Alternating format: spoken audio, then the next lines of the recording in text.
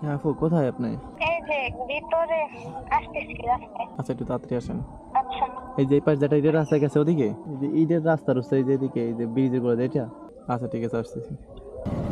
রাস্তাটাও একটা বেশিটা একটা ভালো না। আর এই আপুটা দুপুরে আমার সাথে অনেক খারাপ ব্যবহার করছে। দেখি আপুটার কাছে যাই, আপুটা কি বলে আবার। আপু, আপনার পার্সেল দেখেন, চেক করেন, চেক করে নেন। পরে আবার সমস্যা হলে আবার ফোন দিবেন। এখন এই চেক করে ভালো করে নেন।